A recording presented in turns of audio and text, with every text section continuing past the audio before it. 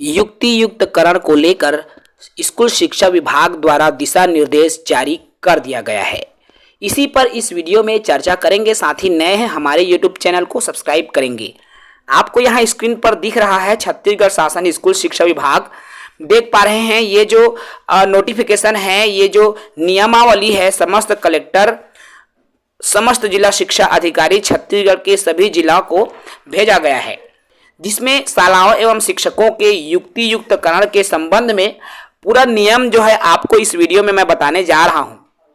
चूंकि आप सभी जान रहे हैं राष्ट्रीय शिक्षा नीति 2020 एवं शिक्षक के अधिकार अधिनियम 2009 के अंतर्गत शालाओं में शिक्षकों की उपलब्धता को सुनिश्चित करने के लिए छत्तीसगढ़ में वर्तमान सरकार द्वारा युक्तियुक्तकरण की प्रक्रिया किया जा रहा है।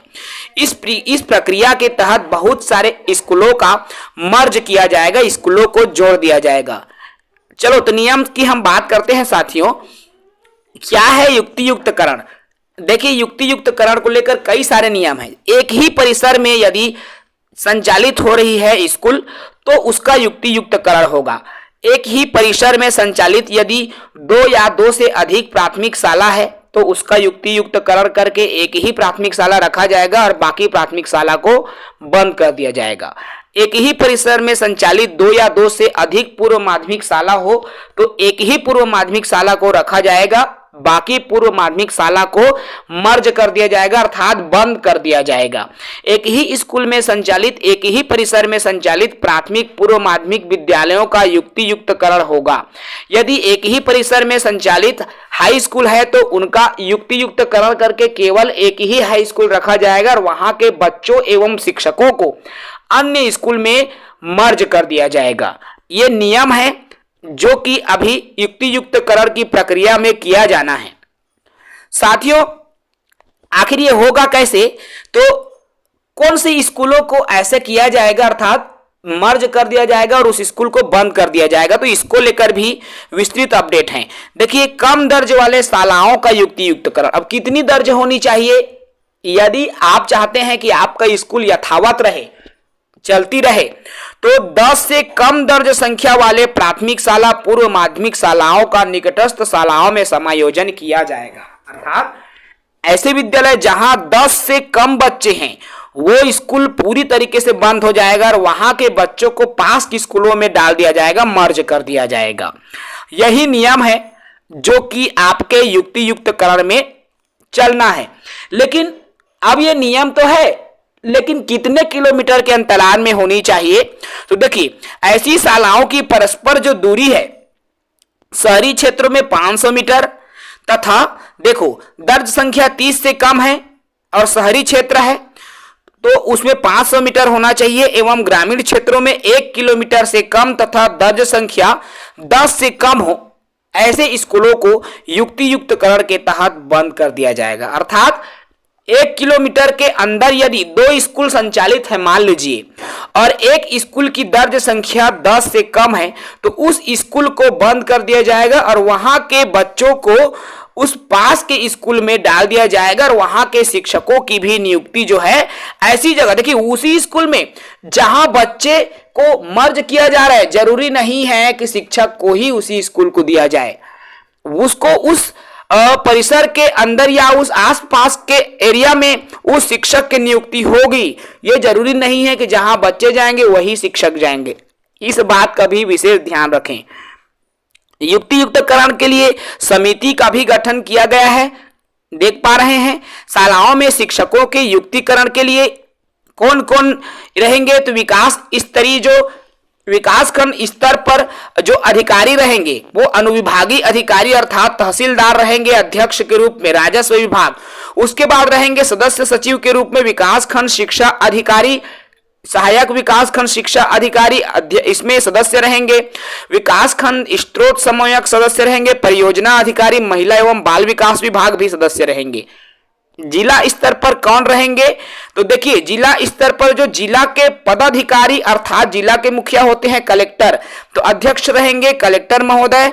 उसके बाद उनके शेष सदस्य में सीएमओ रहेंगे, मुख्य कार्यपालन अधिकारी जिला पंचायत, जिला मुख्यालय के आयुक्त निगम, मुख्य नगर पालिका अधिकारी सदस्य रहेंगे, जिला शिक्षा अधिकारी सदस्य सचिव रहेंगे।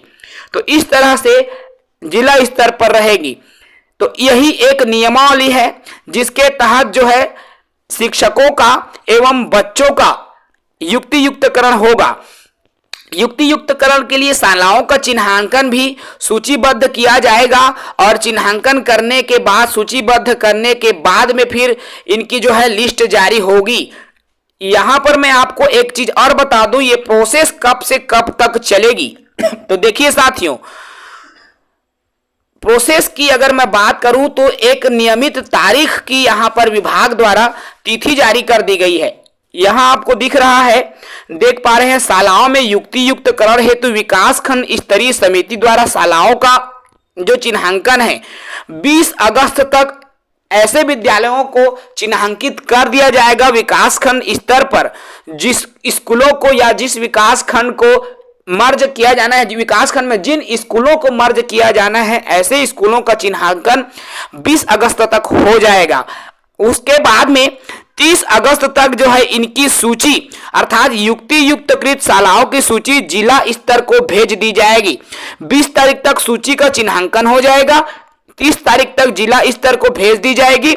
उसके बाद जिला स्तरीय जो है वह संयुक्त जो सूची का संचालक अर्थात डीपीआई को भेज दिया जाएगा। देखो 20 तारीख तक स्कूलों का चिन्हांकन कर दिया जाएगा विकासखंड स्तर पर।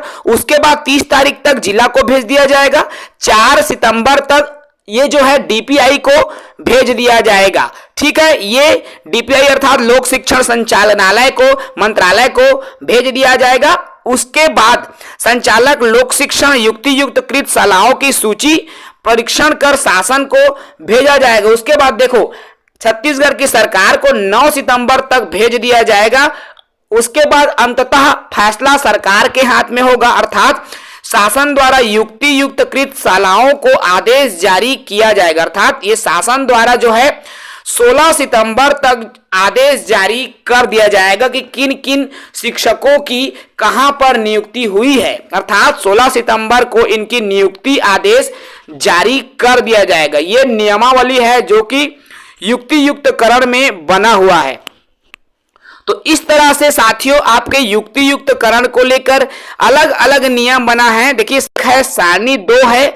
अब ये किसके लिए कौन सी सारणी है, लेकिन जो सारणी यहां पर दी गई है उस सारणी के आधार पर हम जो है पूरी नियमावली को आपको बताने का प्रयास किए हैं साथियों। और लगभग आप मान के चलिए अक्टूबर तक एक टेंटेटिव डेट यदि मैं कहूं तो अक्टूबर तक सभी शिक्षकों का जिनका युक्ति युक्तकरण में होना है अर्थात जो अतिशेष में है, अक्टूबर तक उनकी जो है नवीन पदस्थापना, नवीन मूल शाला से नवीन शाला में उनकी जो पदस्थापना है हो जाएगी।